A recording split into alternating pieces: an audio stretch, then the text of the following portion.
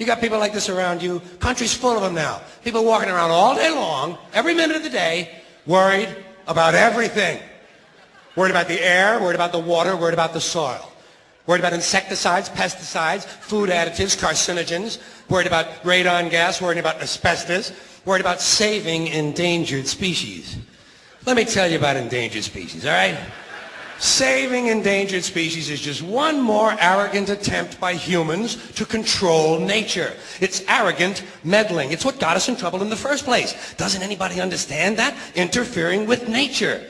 Over 90%, way over 90% of all the species that have ever lived on this planet, are gone. They're extinct. We didn't kill them all. They just disappeared. That's what nature does. They disappear these days at the rate of 25 a day. And I mean regardless of our behavior. Irrespective of how we act on this planet, 25 species that were here today will be gone tomorrow. Let them go gracefully. Leave nature alone. Haven't we done enough? We're so self-important. So self-important. Everybody's going to save something now. Save the trees, save the bees, save the whales, save those snails. And the greatest arrogance of all, save the planet. What? Are these fucking people kidding me? Save the planet? We don't even know how to take care of ourselves yet.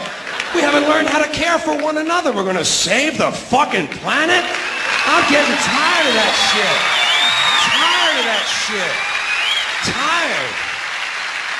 I'm tired of fucking Earth Day. I'm tired of these self-righteous environmentalists, these white bourgeois liberals who think the only thing wrong with this country is there aren't enough bicycle paths.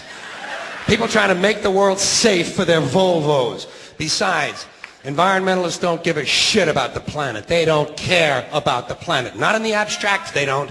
Not in the abstract, they don't. You know what they're interested in? A clean place to live.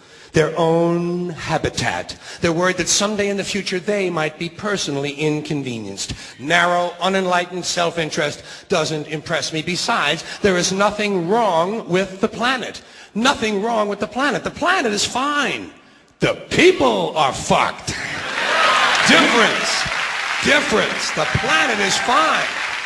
Compared to the people, the planet is doing great. It's been here 4.5 billion years. Did you ever think about the arithmetic? Planet has been here 4.5 billion years. We've been here, what, 100,000? Maybe 200,000? And we've only been engaged in heavy industry for a little over 200 years. 200 years versus 4.5 billion. And we have the conceit to think that somehow we're a threat? That somehow we're going to put in jeopardy this beautiful little blue-green ball that's just a-floating around the sun? The planet has been through a lot worse than us. Been through all kinds of things worse than us. Been through earthquakes, volcanoes, plate tectonics, continental drift, solar flares, sunspots, magnetic storms, the magnetic reversal of the poles, hundreds of thousands of years of bombardment by comets and asteroids and meteors, worldwide floods, tidal waves, worldwide fires, erosion, cosmic rays, recurring ice ages, and we think some plastic bags and some aluminum cans are going to make a difference? The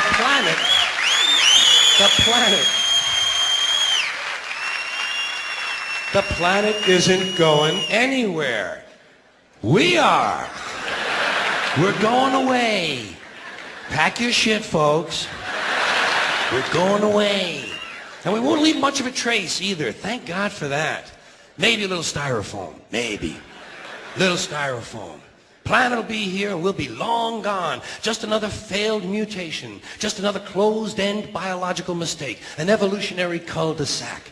The planet will shake us off like a bad case of fleas. A surface nuisance.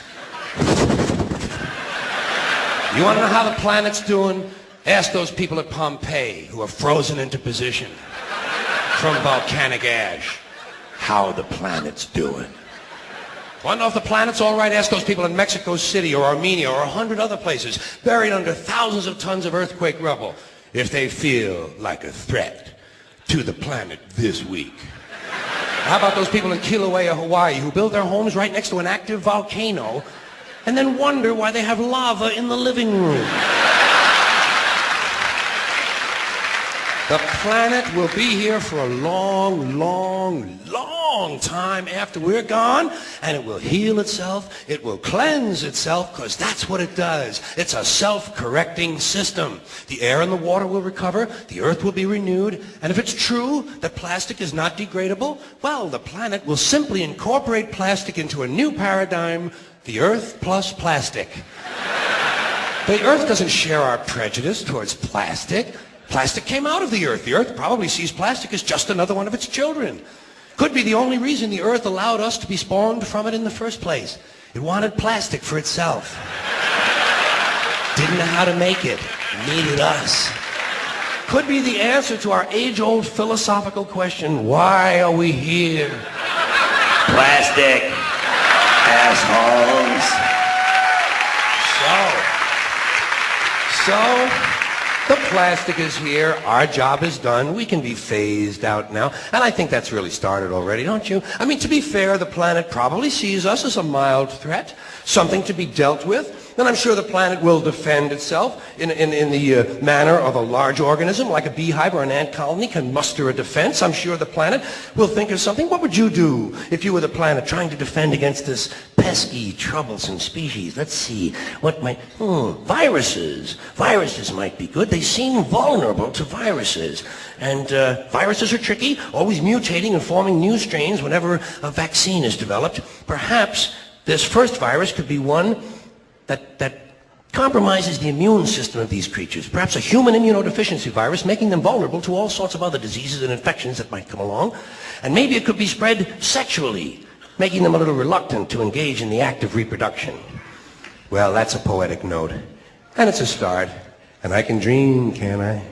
See, I don't worry about the little things. Bees, trees, whales, snails. I think we're part of a greater wisdom than we will ever understand. A higher order. Call it what you want. Know what I call it? The big electron. The big electron. Whoa. Whoa. Whoa. It doesn't punish. It doesn't reward. It doesn't judge at all. It just is. And so are we. For a little while. Thanks for being here with me for a little while tonight.